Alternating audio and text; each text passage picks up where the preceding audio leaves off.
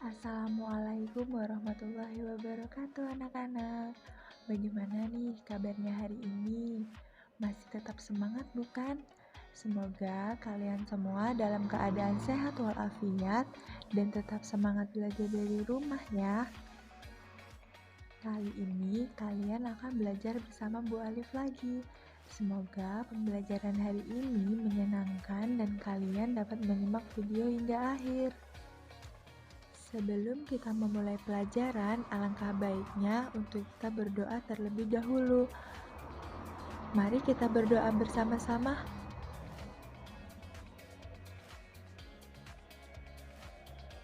Selesai. Nah, hari ini kita akan mempelajari materi tentang sistem koordinat subbab yang ketiga, yaitu memahami posisi garis terhadap sumbu X dan sumbu Y. Di mana tujuan pembelajaran kita hari ini adalah peserta didik dapat memahami posisi garis terhadap sumbu X dan sumbu Y dengan baik dan benar. Macam-macam garis pada bidang koordinat. Yang pertama adalah garis sejajar.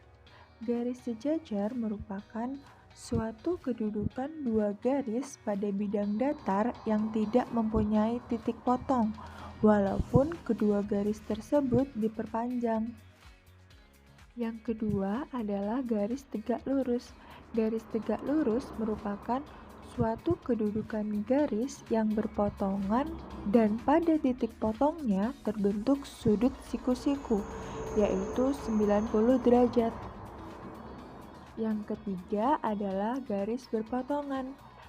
Garis berpotongan merupakan suatu kedudukan dua garis yang mempunyai titik potong karena kedua garis tersebut saling bertemu. Agar kalian dapat lebih memahami tentang macam-macam garis, kalian dapat memperhatikan gambar yang telah diberikan. Selanjutnya, mari kita amati gambar berikut. Gambar 1. Pada gambar 1 terdapat garis L1, garis L2, garis L3, dan garis L4. Di mana garis L1, L2, L3, dan L4 merupakan garis-garis yang sejajar dengan sumbu X. Mengapa demikian? Karena garis L1, L2, L3, dan L4 meskipun diperpanjang sejauh berapapun, mereka tidak akan pernah bertemu dengan sumbu X. Selain itu, garis L1, L2, L3, dan L4 merupakan garis-garis yang tegak lurus dengan sumbu Y. Dapat kita perhatikan pada gambar bahwa garis L1 dapat dikatakan tegak lurus dengan sumbu Y karena berpotongan dan membentuk sudut 90 derajat. Begitu pula dengan L2, L3, dan L4. Selanjutnya yaitu gambar 2. Pada gambar 2 terdapat garis M1, M2,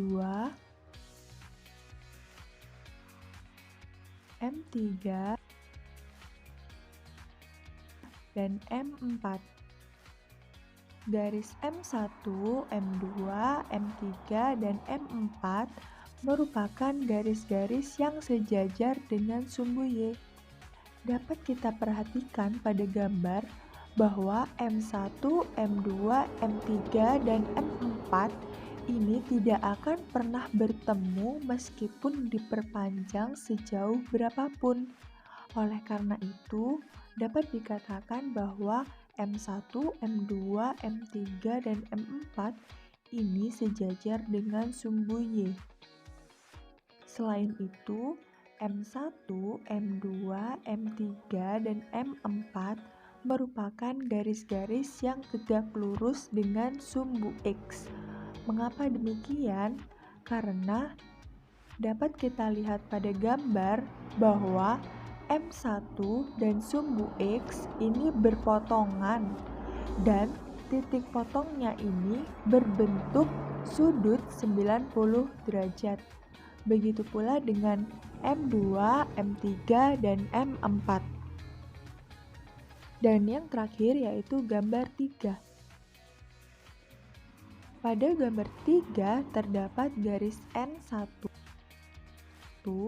dan N2. N1 dan N2 ini merupakan garis-garis yang memotong sumbu X dan sumbu Y. Karena dapat kita lihat pada gambar N1 ini, selain memotong sumbu X, dia juga memotong sumbu Y. Begitu pula dengan N2, selain memotong sumbu X, dia juga memotong sumbu Y. Agar kita lebih memahami materi ini, yuk kita perhatikan contoh 1. Contoh 1. Gambarlah garis L yang melalui titik A 3,-5 yang tidak sejajar dengan sumbu X dan tidak sejajar dengan sumbu Y. Bagaimana ya caranya? Langkah yang pertama yaitu gambarlah bidang koordinat kartesius yang memuat 4 kuadran terlebih dahulu. Selanjutnya, gambarlah titik A 3,-5.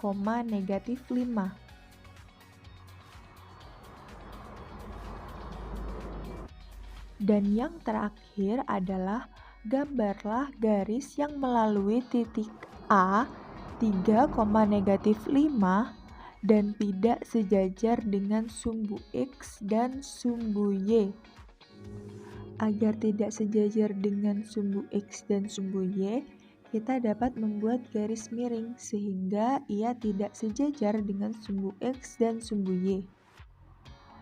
Selain garis yang Ibu berikan, apakah ada garis lain yang bisa digambar agar tidak sejajar dengan sumbu X dan sumbu Y?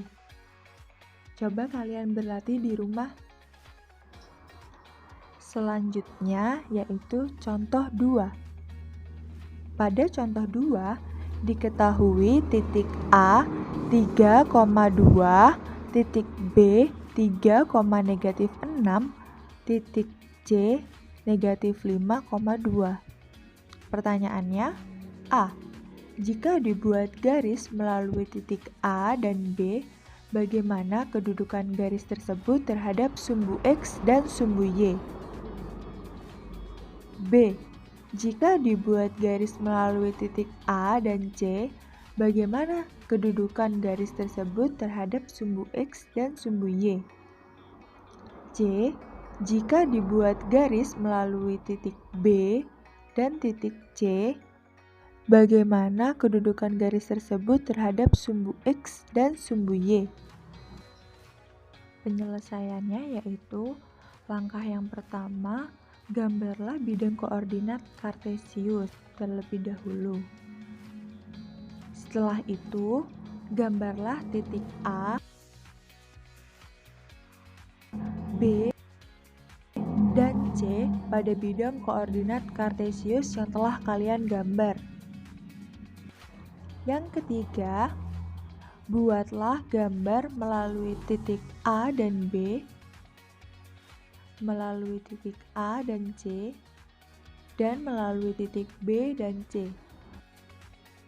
Langkah yang terakhir, amati kedudukan garis-garis tersebut terhadap sumbu X dan sumbu Y. Dapat kita lihat pada gambar bahwa garis yang dibentuk melalui titik A dan B yaitu tegak lurus pada sumbu X dan sejajar terhadap sumbu Y. Sedangkan garis yang dibentuk dari titik A dan titik C yaitu tegak lurus pada sumbu Y dan sejajar pada sumbu X. Dan yang terakhir, garis yang dibentuk melalui titik B dan titik C tidak sejajar dan tidak tegak lurus pada sumbu Y dan sumbu X. Bagaimana? Gampang bukan? Jangan lupa untuk terus berlatih di rumah ya, agar kemampuan yang kalian punya terus terasah. Sebelum kita mengakhiri pembelajaran hari ini, alangkah baiknya kita berdoa terlebih dahulu. Berdoa dipersilahkan.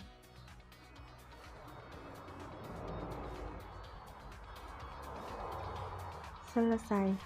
Sekian pembelajaran kita hari ini. Semoga ilmu yang kita pelajari hari ini dapat bermanfaat bagi kita semua. Amin. Jangan bosan-bosan untuk terus belajar ya, karena sukses tidak akan menampakkan dirinya pada orang-orang yang malas. Selamat pagi anak-anak. Yuk pecahkan rasa malas itu. Terima kasih. Wassalamualaikum warahmatullahi wabarakatuh.